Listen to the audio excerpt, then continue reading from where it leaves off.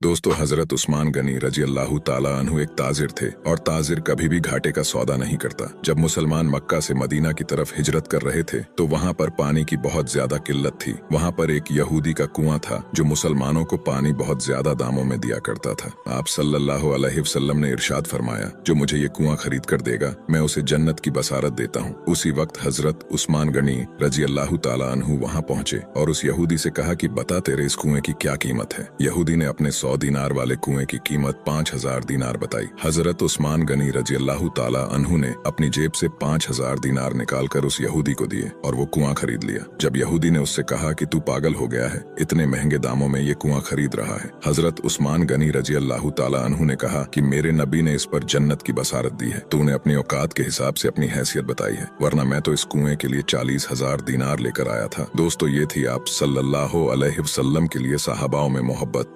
हजरत सुलेमान अलैहिस्सलाम अल्लाह ताला के बहुत ही अजीम और नेक पैगंबर थे। अल्लाह ने हजरत सुलेमान अलैहिस्सलाम को तमाम दुनिया की बादशाहत दी थी। एक मर्तबा हजरत सुलेमान अलैहिस्सलाम ने अल्लाह से कहा कि मैं आपकी सारी मखलूक को दावत देना चाहता हूँ। अल्लाह की तरफ से वही आई, नहीं सुलेमान, ये तेरा काम नहीं है। जब हजरत सुलेमान अलैहिस्सलाम ने अल्लाह से जिद की तो उनको इजाजत मिल गई। हजरत सुलेमान अलैहिस्सलाम ने सारे जिन्नात और इंसानों को खाना बनाने पर लगा दिया और हवा को हुक्म दिया कि खाने पर चलती रहे ताकि खाना खराब ना हो। इतना सारा खाना बन गया था कि दस्तरखान के एक किनारे से दूसरे किनारे तक पहुँचने में 1 महीने का वक्त लग जाए। जब खाना तैयार हो चुका था तो हजरत सुलेमान अलैहिस्सलाम ने अल्लाह से कहा, खाना तैयार हो चुका है। अल्लाह ने कहा, पहले किसको खिलाओगे, जमीन वालों को या पानी वालों को? हजरत सुलेमान अलैहिस्सलाम ने कहा, पानी वालों को पहले खिला देता हूँ। तभी एक मछली पानी से बाहर आई और सारा खाना एक निवाले में खा गई। ये देखकर हजरत सुलेमान अलैहिस्सलाम सजदे में गिर गए और अल्लाह से माफी मांगी। दोस्तों, अल्लाह बहुत दुनिया का सबसे ताकतवर खलीफा पैदल चलकर यरूशलेम आ रहा है। ये देखकर यरूशलेम का गवर्नर हैरान रह गया, क्योंकि इससे पहले जो भी बादशाह वहां आया है उसने यरूशलेम को तबाह और बर्बाद कर दिया था।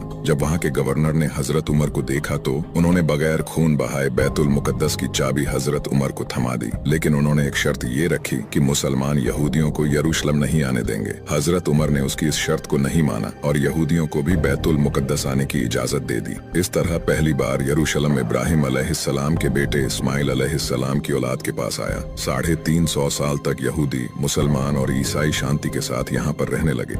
एक दिन ईसाइयों ने सारे यूरोप से फौज जमा करके यरूशलेम पर हमला कर दिया। यहूदी और मुसलमानों को कत्ले-आम किया गया और यरूशलेम की गलियां खून से भर दी गईं। ईसाइयों ने यहाँ पर इतनी ज्यादा तबाही मचाई कि मस्जिद अक्सा को एक महल में तब्दील कर दिया। लेकिन 90 साल के बाद एक मुसलमान हुक्मरान ने फिर से यरूशलेम पर हमला कर दिया, जिसका नाम सुल्तान सलाहुद्दीन अय्यूबी